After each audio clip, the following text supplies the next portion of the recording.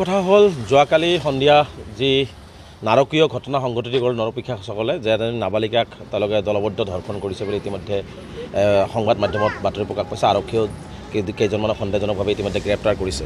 গতিকে এই কাৰ্যটোক আমি তীব্ৰভাৱে নিন্দা কৰিছোঁ, গৰিহণা দিছোঁ। আৰু এনেকুৱা নাৰকীয় ঘটনা অসমৰ বিভিন্ন প্ৰান্তত হৈ আছে। আচলতে আমি আমছুৱে স্পষ্টকৈ অসমৰ মুখ্যমন্ত্ৰীক বিনম্ৰতাৰে আহ্বান জনাইছোঁ যে আচলতে অপৰাধীৰ দৃষ্টিৰে চাই কঠোৰৰ পৰা কঠোৰতম শাস্তি দিয়াৰ ব্যৱস্থা গ্ৰহণ নকৰিলে এনেকুৱা ধৰণৰ অপৰাধ প্ৰৱণতাবিলাক কৰি হৈয়ে থাকিব। আচলতে অসম আৰক্ষী বা গৃহ বিভাগ সম্পূৰ্ণভাৱে বিফল হৈছে।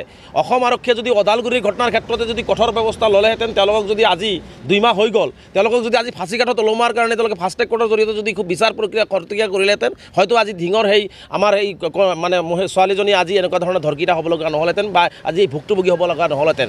গতিকে আজি সপাঢিলা চৰকাৰে আইনৰ শুনালৈ সপাঢিলা নীতি লোৱাৰ কাৰণে, গৃহ বিভাগে সপাঢিলা নীতি লোৱাৰ কাৰণে এনেকুৱা ধৰণৰ ঘটনাবিলাক হৈ আছে।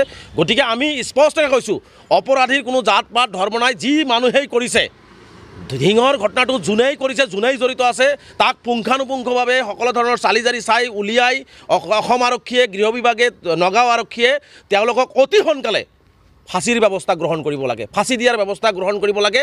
আৰু এনেকুৱা শাস্তি দিয়ক, যি শাস্তি দিলে যাতে প্ৰতিজন কোনো অপৰাধী অপৰাধ কৰাৰ আগতে তেওঁৰ বুকুখন কঁপি উঠে, তেওঁ যাতে বুজি পায় যে না এনেকুৱা ধৰণৰ অপৰাধ কৰিলে এনেকুৱা ধৰণৰ শাস্তি হয়। গতিকে এনেকুৱা ধৰণৰ শাস্তি আমি বিৰাট দাবী উত্থাপন কৰিছোঁ। আৰু এই ঘটনাটো আৰু পুনৰাবৃত্তি নহওক, তাৰ কাৰণে সমগ্ৰ অসমবাসী ৰাইজৰ লগতে মই বিশেষকৈ আমাৰ সংখ্যালঘু সমাজৰ ৰাইজকো মই আহ্বান জনাইছোঁ, অলপ জাগ্ৰত হওক। অপৰাধীক কোনো ধৰণৰ ৰক্ষণাবেক্ষণ দিয়াৰ প্ৰয়োজন নাই। অপৰাধীৰ দৃষ্টিৰে দেখি যদি কোনোবাই অপৰাধ কৰিছে, তাক আৰক্ষীৰ হাতত গতাই দি কঠোৰ শাস্তি দিয়াৰ ব্যৱস্থা গ্ৰহণ কৰিব লাগে। আৰু মই নগাঁওবাসী ৰাইজক আহ্বান জনাইছোঁ, ধিংবাসী ৰাইজক আহ্বান জনাইছোঁ, লাহৰীঘাট, মৰিগাঁও, মৈৰাবাৰী সকলো প্ৰকাৰ ৰাইজক আহ্বান জনাইছোঁ যে এই নাবালিকা ছোৱালীজনীক ন্যায় দিবৰ বাবে সকলোৱে আজি সন্ধিয়া ওলাই আহি ইয়াৰ প্ৰতিবাদ সাব্যস্ত কৰিব লাগে। মই আহ্বান জনাইছোঁ নগাঁওবাসী ৰাইজক, মই আহ্বান জনাইছোঁ বিশেষকৈ আমাৰ সংখ্যালঘু সম্প্ৰদায়ৰ, সংখ্যালঘু অধ্যুষিত নগাঁও অঞ্চলৰ সকলো অঞ্চলতে আজি ইয়াৰ প্ৰতিবাদ হওক।